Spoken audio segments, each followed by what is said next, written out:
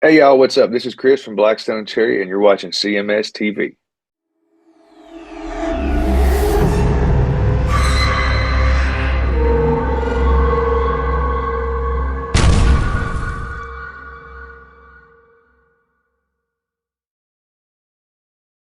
That's Badlands right here on your classic metal show. That's The Streets Cry Freedom. And, well, Chris, I guess you set me up another time with another mystery guest. And I have to say, this is probably the one I am most excited about that we have done so far. I mean, and we've done some good ones. I mean, Simon Wright was a good one, and, yeah, they've all been good ones, Simon being the biggest one. I'm going to say this guy, even bigger. Really? Very nice. The only hint I'm gonna give you, this is the one and only hint, and then I'll let you go from there. And mystery guest, please tell me if I'm wrong on this, but I'm gonna say that this mystery guest has been a part of, I'm gonna say 30 million records sold. Am I correct there? More. More? How many more? Let's get an accurate number. 50 million? Okay. Last count. Well, the last one we did was right at 50 million. So, wow. Wow. 50 million records. So there you go. This is a big one. Wow, I guess so. Well, let me think. So are you a vocalist? No. Are you a guitarist? No. How about a drummer? No, I don't really like musicians. Oh, really? So you're not a musician? Are you a producer? Could be. Oh, you could be a producer. Let me think. Am I supposed to tell the truth, by the way? Oh, yeah. Yes, I mean, that's tell the truth. Okay. Yes, I am a producer. Oh, okay, a producer, and you've been involved with at least 50 million sold. I'm going to assume that probably you were most notable in the 80s. Yes? No? Partially. Partially in the 80s. So you produced records in through the 80s and through the 90s, maybe even currently, from what I know. Yes. Okay, so let's see. Have you worked with Skid Row? No. Have you ever worked with Dokken?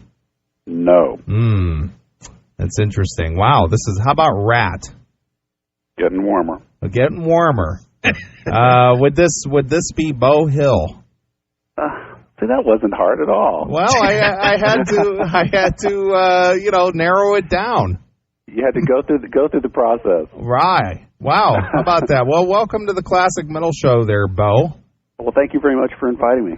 Well, it's very cool that we got you on the show. How did you hook up with Beau, Chris?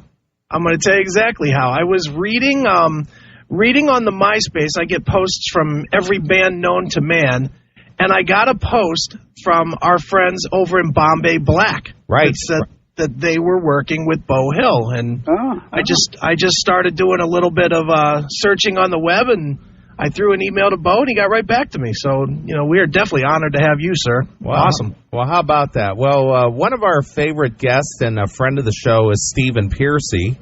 And we've actually had conversations about you and the fact that you did produce, some of their most notable songs and records. And he basically indicated that as a producer, you were like the sixth member of Ratt. Well, that was very kind of him. He said that you had a lot of input as far as not only did you produce the records and songs, but you had a lot of input in the writing and, all kinds of stuff. How much truth is there to that? Quite a bit. I co-wrote a fair amount of the singles that we had and a few that weren't singles.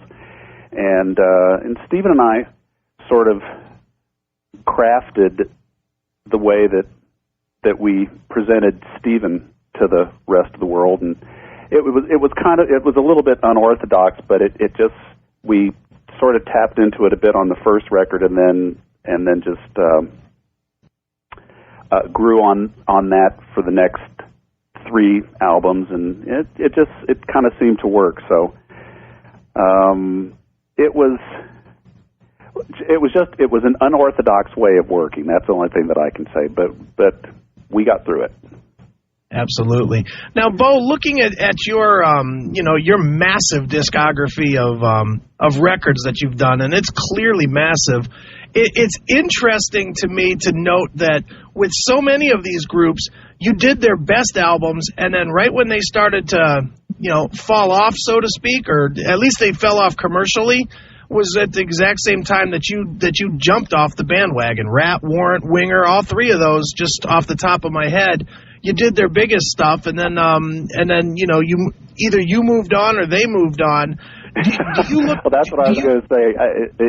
Either I jumped off the bandwagon or I got pushed.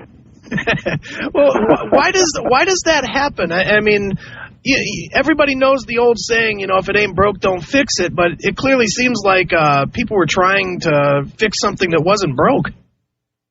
That's the $65,000 question right there. And I'm not sure I'm smart enough to give you a clear and precise answer.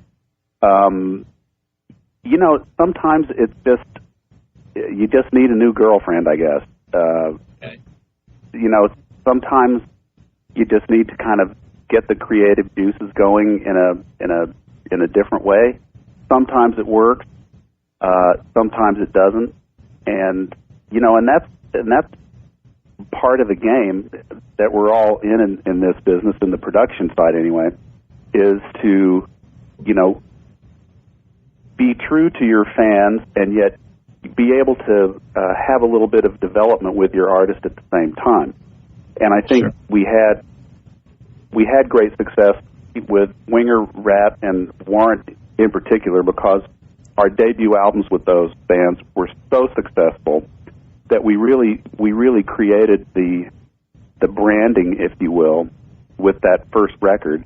And if you liked the record, well, then that's what you wanted forever, kind of. And if you didn't like the record, well, then you didn't like the record. But we had such an intense fan base with those three particular artists that I guess when the core team moved on to do other things, perhaps the net result of the new sound wasn't something that the hardcore fans really wanted, and they kind of moved on as well. Sure. The one that kind of doesn't follow that pattern, though, I guess, would be Warrant, because unless I'm mistaken, you did Ultraphobic as well, right? I did, but there was the Dog Eat Dog album in between that. Okay. And I didn't do that one, and that's when Warrant left Sony, was after that record. Sure. And and by that point, the industry had definitely changed. As it right. does. Sure. Absolutely, man. Well, with Ultraphobic, what I'm curious about is, that record specifically for Warrant fans. I mean, it is so 1,000 degrees different than what they were doing previously. It's almost like their attempt at grunge type of music.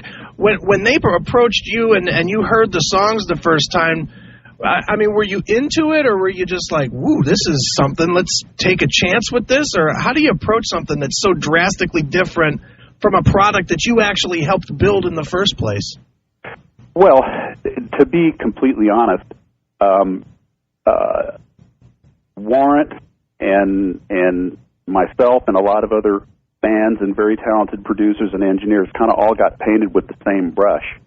When grunge came in, we all got pushed under the bus, some more severely than others, but all of us got pushed under to a certain extent.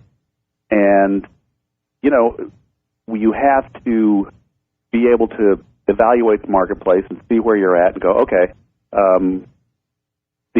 what we did in, 1990 or 1989 isn't working right now, so we need to go and let's try something else. And we did, and we had a great time doing it, and it was a departure, but I think if we would have tried to come out with Cherry Pie Part 2, it wouldn't have worked at all. I don't think that the marketplace was very receptive to that type of music, and of course, Janie and those guys weren't writing that kind of stuff at that time because they were in the same position that everybody else was, going, okay, how do we keep our audience, or how do we get our audience back? Hey, you. Why are you watching this with commercials? Go commercial-free and unlock exclusive content. Become a VIP today on Locals, Substack, or Rumble Premium. Stop waiting.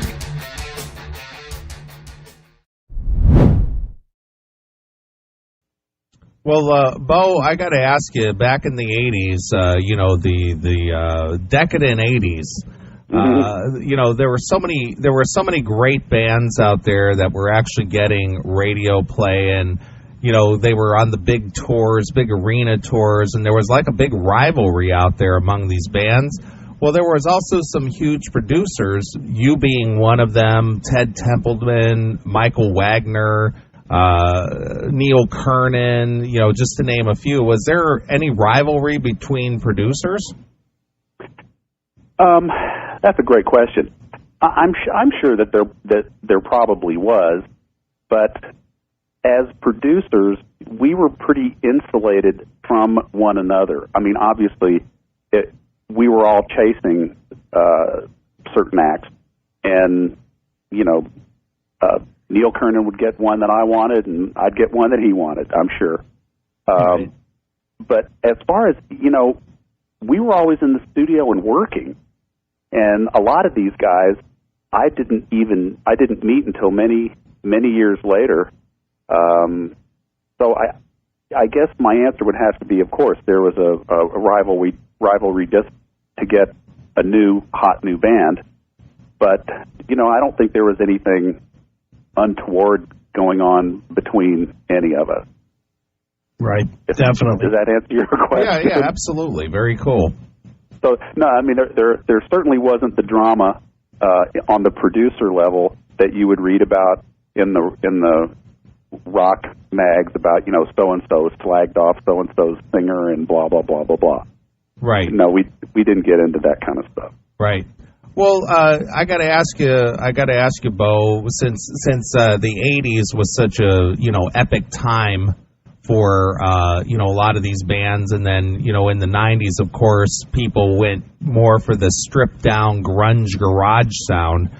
And now, of course, today, 20 some odd years later, how has recording and producing a band changed over this 20 years? I mean, with the invent of Pro Tools and, not, doing analog stuff, so much anymore, is producing easier or harder these days?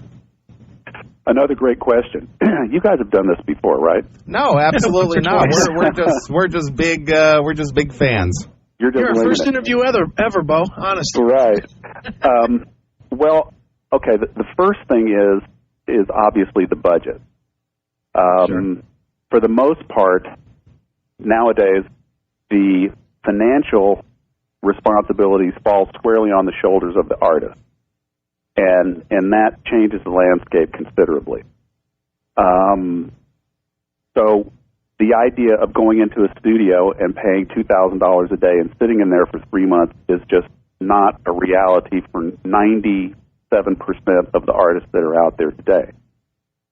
And Pro Tools and the whole digital media has helped to make it more cost effective and faster, just simply because if you can imagine it in the digital domain, you can probably do it, and you can do it much faster than you ever could have done cutting tape and splicing and flipping reels of tape to get special effects and things of that nature.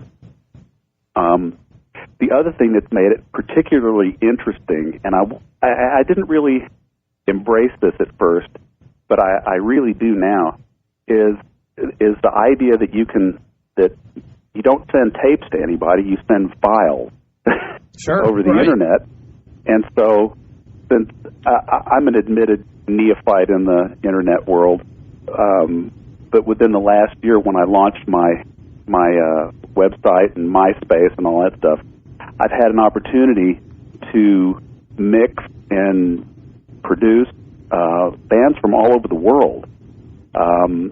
which has been quite fun and very enlightening because, kids in Slovenia are very into different things than kids in Kansas. Right. And it's great for me, and it's really broadened my horizons a lot to see how the record business has changed around the world, and people that bought records that I have worked on, in Eastern Europe, for example, they have a completely different take on it than people in the States or people in Japan. And they pick up weird little nuances in the music that I never really considered. But, as I email back and forth with these people, they're asking me questions. Hey, what about this? And how'd you do that? And how about this? And that also has been very interesting to sort of see on a more global scale how these big records have affected kids now for, 15 years, 20 years Sure. in some cases. Absolutely. I'm curious, Beau, as far as, since we're talking about the production side of it a little bit, is it frustrating even a little bit for a guy like you, who clearly the resume speaks for itself. Again, 50 million records sold. That's a resume that you and about maybe, 10 guys in the whole world have? There's just not many people that have done that.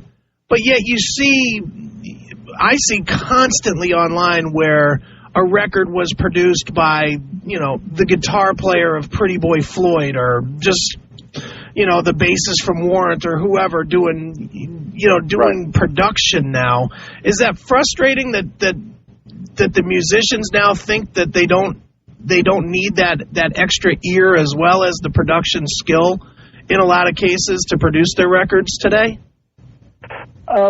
Yeah, certainly. It's frustrating to a certain extent, but again, I think that's an economic consequence. If a guy sits in a studio with me and makes 2 records with me, if they're astute at all, and I like to say that all the artists that I have been lucky enough to work with are pretty smart guys, they're absorbing all the stuff that they see going down on their record, the good, the bad, the ugly, everything. And everybody's, putting it in their own storage unit, and creatively, they're going to draw on that experience. So on the one hand, just because you wake up one morning and say, well, I was a bass player yesterday and today I'm going to be a producer, doesn't necessarily make you a producer. But if you've been in the trenches with somebody like me, then you're picking up all kinds of stuff. Probably most of the stuff that you never want to do, but nonetheless, you're picking up some stuff. And yeah, you could go in and say, okay, I know I've watched people get out of this particular problem before, or I think we should take it in this particular direction. And I don't know if it's so much frustrating for me, but again, it's an economic consequence. The bass player of a band is probably, or the perception would be that he is going to be less expensive than me. Right. And so that's kind of what drives that engine a little bit, I think. Sure, Beau. I don't know if you've followed this story or not, but I think it was last week that Tom Weirman had a little war of the words going on with Nikki Sixx over some of the things that Nikki wrote in his Heroin Diaries book about some of the shenanigans that went on in the studio back then. Uh-huh. Did you read or hear anything about that? No, I haven't. I haven't at all. Oh, okay. Well, if you had heard about it, I was going to ask you to maybe comment on it. But, yeah, one of the things that Nikki was saying was that Tom basically didn't do anything on their Girls records and their Theater of Pain records, that basically all he did was just sit in the studio and yap on the phone all day, and Nikki and the boys did all the work. Uh-huh. And, Tom came out and said, if that was the case, why did you hire me for, a second and a third record if all I did was just sit there and do nothing, and you paid me, X amount of dollars just to sit there and talk on the phone? And I guess Nikki, said, well, I think your memory is clouded too. Maybe I should inform your wife about some of your shenanigans you pulled while you were in the studio. That kind of a thing. Oh, that sounds like a real cat fight to me. Yeah, it was. But I'm sure you saw your share of decadence back then. In the studio. Any particular stories that, without getting too, singling out anybody that you could possibly maybe tell us about? You're really trying to get me in trouble here. Well, first of all, I want you to know that every record I ever did with every artist, we were in church, 8 o'clock Sunday morning, every Saturday night. Everybody went home, 9 o'clock, went right home to their wives and or girlfriends. There were never any extracurricular activities at the studio, not at all. I have no idea what you're talking about. Nice.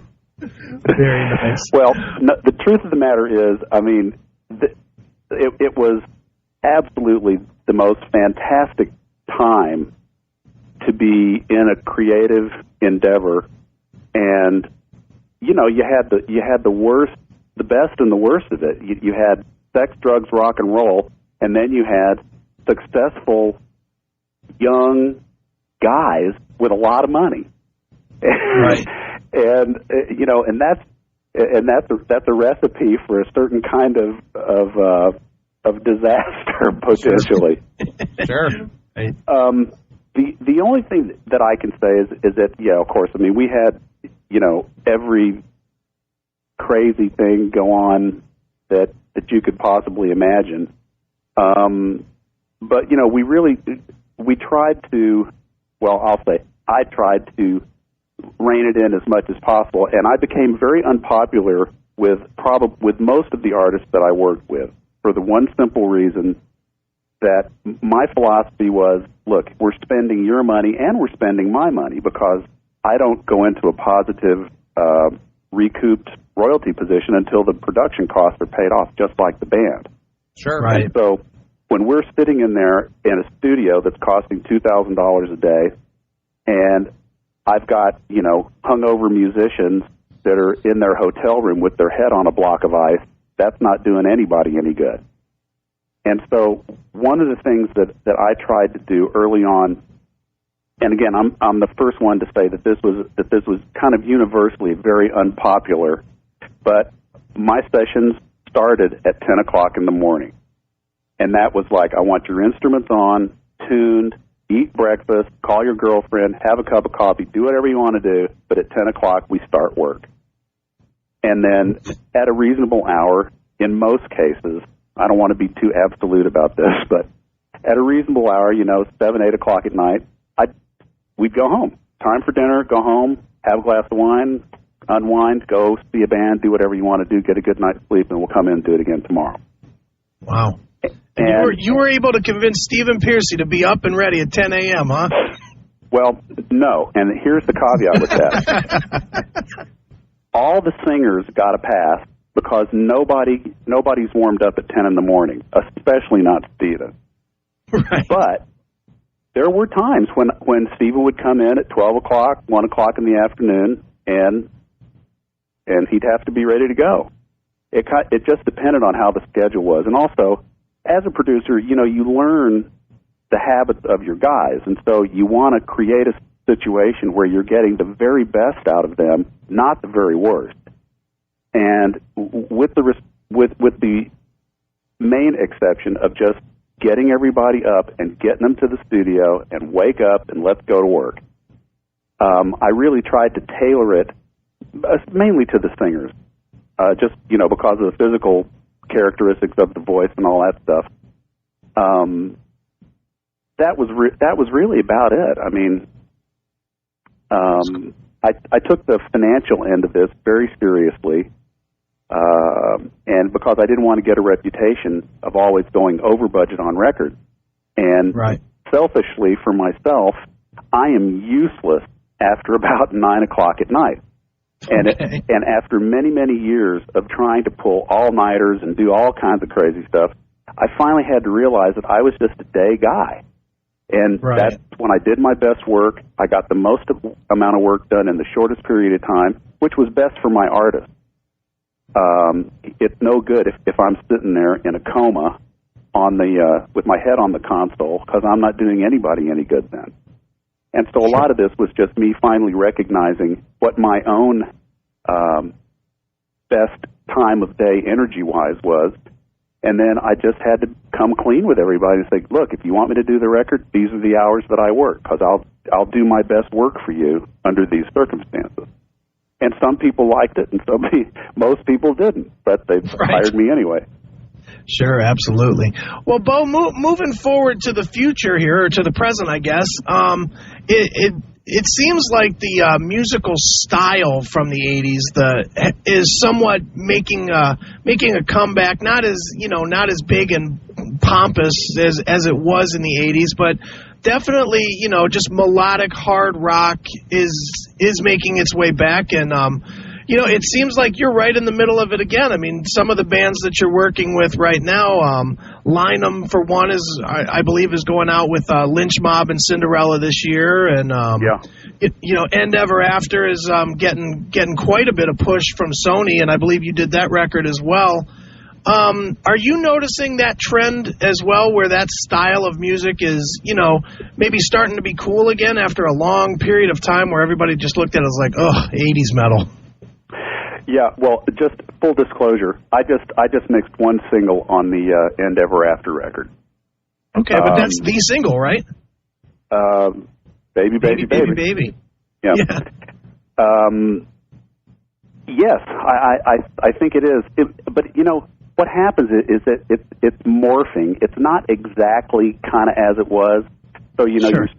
There's still some elements of kind of grungy, alternative, but definitely vocally and harmonically, I think that's becoming more in vogue and more popular, and it's happening on a global basis. I mean, if you go to my website, you'll see that I've done some mixes from bands from Slovenia, Brazil, Japan.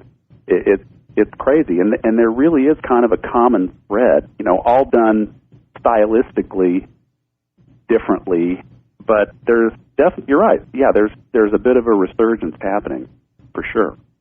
Cool, Beau. I'm also hearing guitar solos again, and some excellent players that have tremendous facility and unique styles, which has been missing to my ear anyway for quite a while. Sure. And that's good to hear.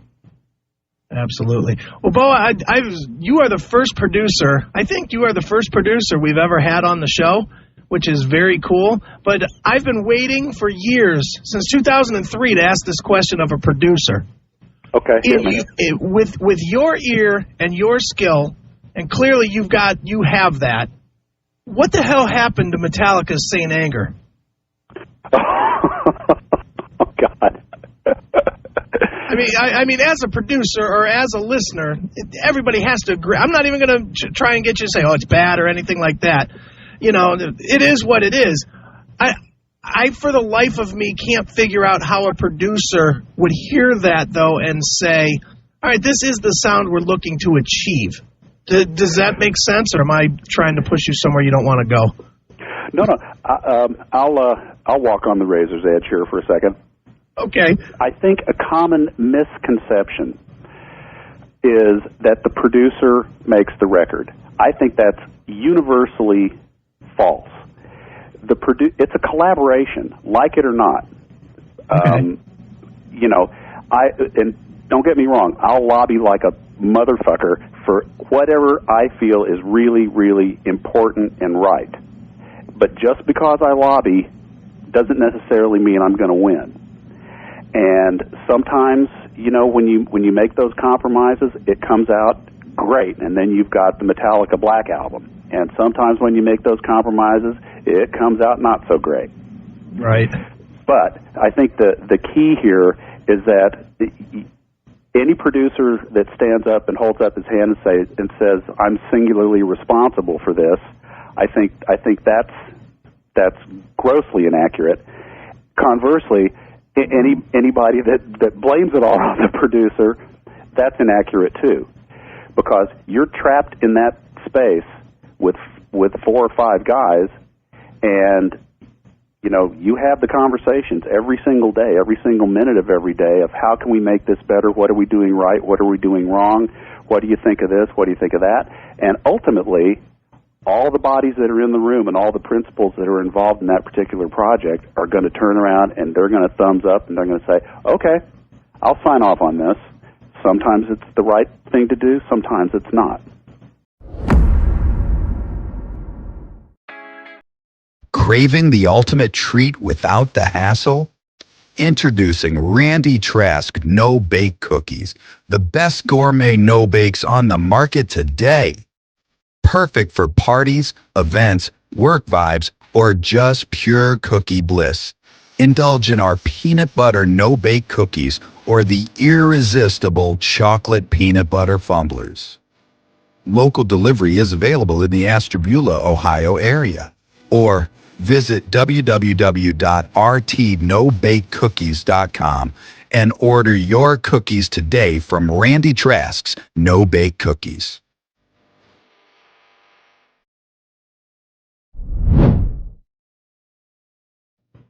Cool, Beau. Does that answer your question? Yeah, absolutely. Well, Beau, I got to tell you, it's a real thrill to have you here on the Classic Metal Show. We've been doing this for close to 14 years now, and in my mind, your legendary status, especially when it comes to what we consider classic metal, if you will. And where can people find out about Beau Hill on the web? Oh, well, first of all, thank you very much for inviting me to be on your show. It's been a real pleasure, and you guys definitely did your homework. You can go to beauhillproductions.com to get to my website, or you can go to Beau Hill Music on MySpace. Excellent. And you'll get, I try to keep updated clips of everything that I'm working on. I'm usually behind, 3 or 4 groups, but I'll catch up eventually. And you can hear every record that I've ever done. I think there may be 1 or 2 that I didn't get, but there's little clips of everything that I've done, and I put it all up there, the records that were really good and the records that really sucked. So I put them all. It's up there, warts and all, if anybody wants to check it out. Excellent. One last question there, Beau. Are you still friends with Stephen Piercy? Oh, yeah. Stephen and I, I guess it would have been probably right before we got Ratt back together, or they got Ratt back together. Stephen's mantra to me is he wants Ratt to get back together. He wants me to produce again. Right. Excellent. I don't know if that's ever going to happen, but we've talked about it, and Stephen's asked me to work with him on his solo ventures and things like that. So yeah, I'm friendly with Stephen, and those guys they're a part of my life. I mean, we all broke on that same record, and no matter what happens over the course of time, those people, every one of them has a very special place in my heart and in my head. Because we were all there at the same time, and it all happened for all of us at the exact same moment. And I'm very, very grateful for my association with those guys. Excellent. Well, he did say that he said he stole some of your producing techniques to produce some of his own solo stuff over the years. He said, what he learned from you, he still uses to this day. Well, well, I'm glad he said that, because it works for him. Right. And he knows better than anybody how we do that process, and he knows how to do it. So I'd say right on, Stephen. Excellent. All right, Beau. Well, again, we appreciate you taking a few minutes to talk to us here on the Classic Metal Show. It's been very cool having you a guest, and Well, we always let the artist pick a closing song. We'll consider you an artist. So why don't you pick a song out of something maybe you've produced and maybe tell us a story about it. Oh, boy. Okay. Well, it would either have to be Lay It Down or Way Cool Jr. Okay. And the story around both of those. Okay, well, we'll do Lay It Down first. All right. I'll give you the Reader's Digest version. I was still living in an illegal warehouse conversion on the lower. Ratt came through touring, opening for Motley. They were playing the Beacon Theater. They were opening for Motley on the very, very early days of the Out of the Cellar tour. And Warrant came over to my hovel, and we were sitting around. I said, okay, play me what you're working on. And so he had his cassettes, and we were racing through them and stuff like that. And there was this one little riff, and he only played it for about 3 seconds. Then he went, oh, no, this is nothing. Let's just go forward. And I said, wait a second, wait, play that again. And he played me the opening figure to Lay It Down. And I said, that's the one. And originally, after we did the record, and I delivered it to Doug Morris, Doug said, what's your single? And I said, it's got to be Lay It Down. And he said, I agree. It was Lay It Down. So we all went out and we were having our little congratulatory dinner and popping some champagne. Okay, we got our next single for the second album, blah, blah, blah. And then Doug's secretary called me and tracked me down at the restaurant and said that Doug changed his mind and it needed to be You're in Love. So, we were all devastated by that. But as it turns out, Doug made the right decision. It really, really blasted the record off, and Lay It Down came second and put the icing on the cake, and there you have it. Excellent. Cool. All right. Well, we appreciate it, Beau. Go over and visit Beau over there at his MySpace, which is what again, Beau? It's Beau Hill Music. And also, don't forget, my name is spelled B-E-A-U. And you can also check him over there at his website at beauhillproductions.com. That's it. All right, Beau. Well, we appreciate you taking a few minutes, and let's jump into some Ratt here. And this is Ratt featuring Beau Hill as producer, and this is Lay It Down exclusively here. What's on your classic metal show? What's that? What's thanks, that? Thanks, fellas. I really appreciate it. This was a lot of fun. All right, thanks. Thanks a lot, Beau. Bye-bye.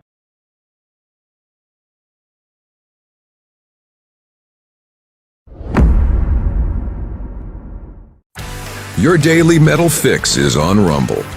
Watch the Classic Metal Show episodes free or go commercial-free with a premium subscription. Find your Classic Metal Show now at rumble.com/C/CMS, rumble.com/C/CMS.